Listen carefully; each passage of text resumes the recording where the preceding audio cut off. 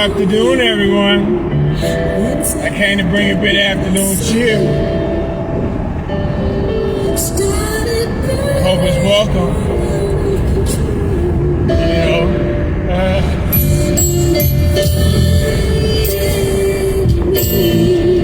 Some of these windows up on you. Yeah. You all see the title. A grandfather's disapproval. You know, I was blessed. I gotta say it was a blessing. A blessing for the Mr. Flavor man. Mr. Flavor Nigeria. To have a grandfather in his life. And you know, the thing about my grandfather in relation to me, I was named after my grandfather.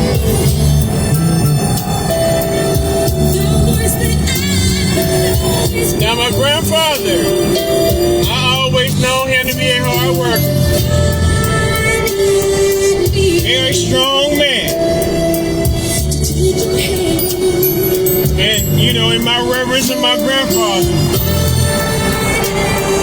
I fashion myself around, you know, at least going along with his guidance. My grandfather exemplified to me what manhood existed as and in turn, my grandmother exemplified matriarchal womanhood. So, we live with our mothers and our fathers. We might, those who are fortunate, we live with our mothers and our fathers. Some may live with one parent, mostly mothers. I guess, I don't know how that works nowadays. I don't know the statistics about it all, but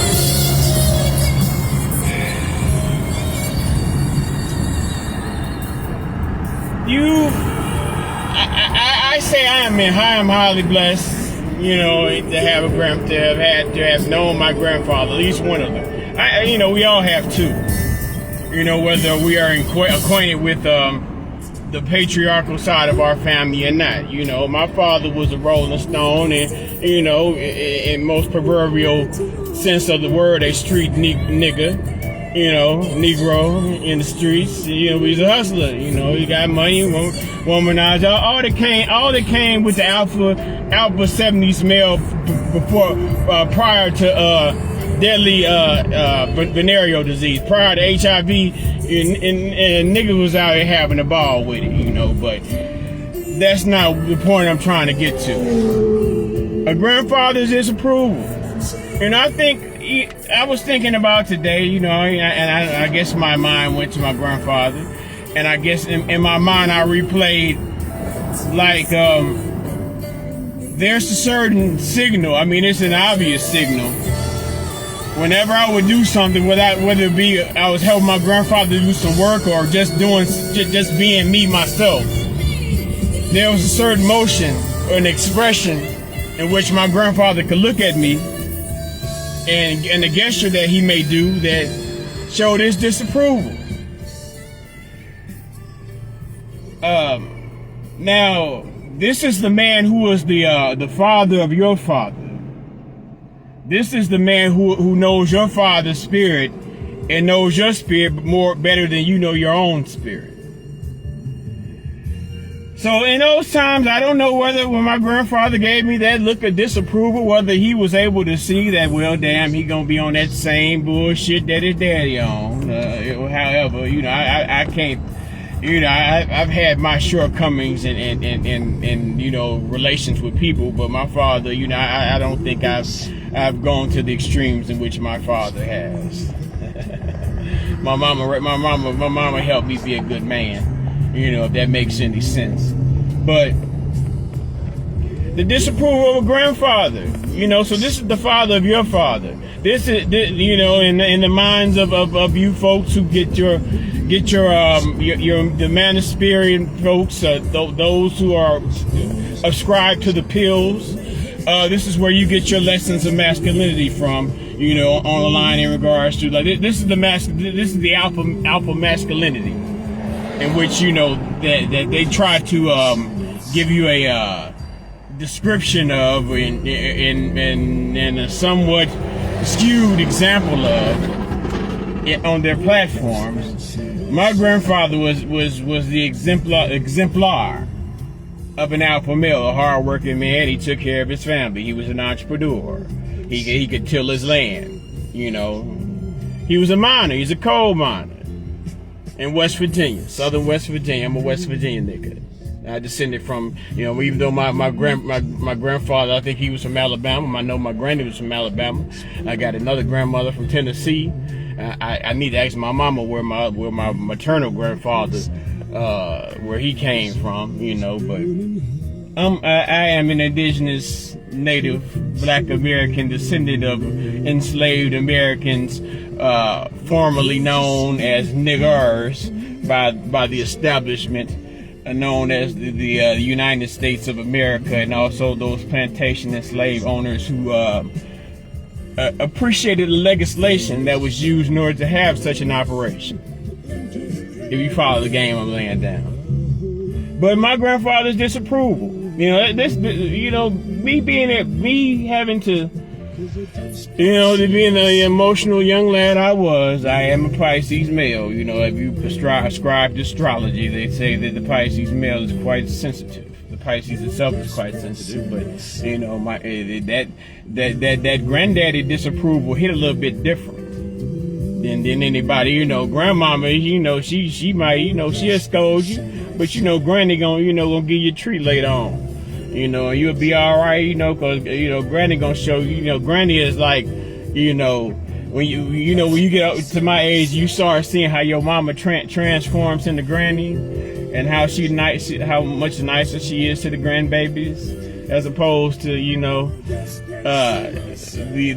the consideration you received as her son, as opposed to her grandson, or in the case of my sister, her daughter as well as a granddaughter. But hey, we grown folks now. I got it from my daddy. Probably went through the same situation in regards to my granny, because my granny loved me, and my granny taught me, as well as my mother. My mother taught me how to appreciate a woman, but my grandmother taught me how to treat. I don't know if this is a way to describe. My grandmother taught me how to treat a woman. But I'm losing ground on where I was at. I was talking about a grandfather's disapproval. When you experience and you know that this is someone that inherently loves you, not necessarily just by relation, but just by association, contribution. This is your grandfather. So even in this disapproval, it's a constructive disapproval. It's what they call in proverbial terms constructive criticism.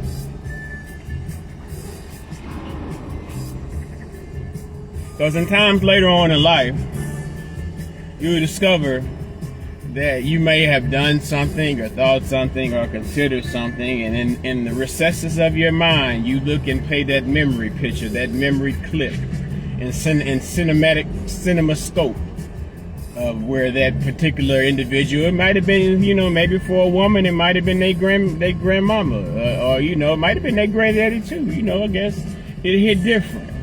But it might be your auntie, it might be your uncle, just somebody who gave a damn about you enough to consider what the decisions, the choices and decisions that you make in your life, the direction in which you take.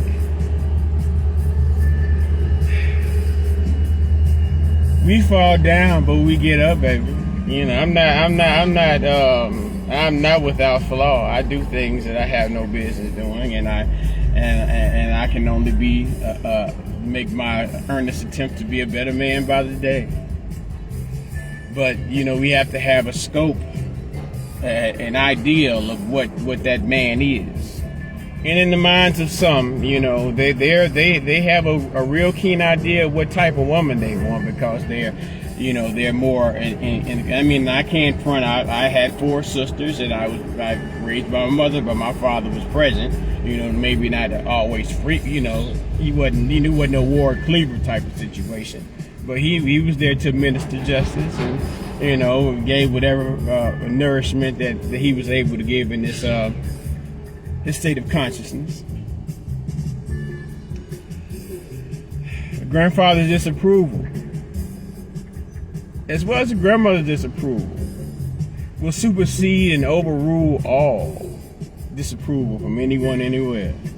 And all the things that you may do, all the endeavors in which you may consider and working for to achieve. Can't nobody make that judgment of you because they don't know you. They had never know you as well as grandmama and granddaddy, grandmammy, granny, pawpaw. Pawpaw rule, baby. The only thing rule pawpaw is great pawpaw. Now, even in this world, this world where they're increasingly young pregnancies, there's not beyond the shadow of realistic belief that great pawpaw might be in prison. No, I shouldn't say that. That's being stereotypical. But I am at my chosen plantation. It's called Candyland. I affectionately refer to my plantation as Candyland. My grandfather owned property. My grandfather, he dropped out of school in the 6th grade to take care of his mother and his sisters. He made his way. Man, yeah. When he died, he had a 1974 powder blue Cadillac DeVille with the navy blue leather interior, the diamond cuts in it. I wanted to inherit it, but that's materialistic. You can't tie your emotions to material. Candyland, where I take my stand and I make my band. So yeah, let me go pick my cotton, people. Man, I appreciate. I want to shout out my sister T, boy. You sure gave me an elevation, an energy, a renewed vigor by way of communication by your old man. I want to reach the young folks, but I want to make sure I'm in accordance with the elders, because I am soon to be an elder if I'm not an elder already. I'm not an OG. I'm just an old nigga. Peace and love, y'all. I gotta go.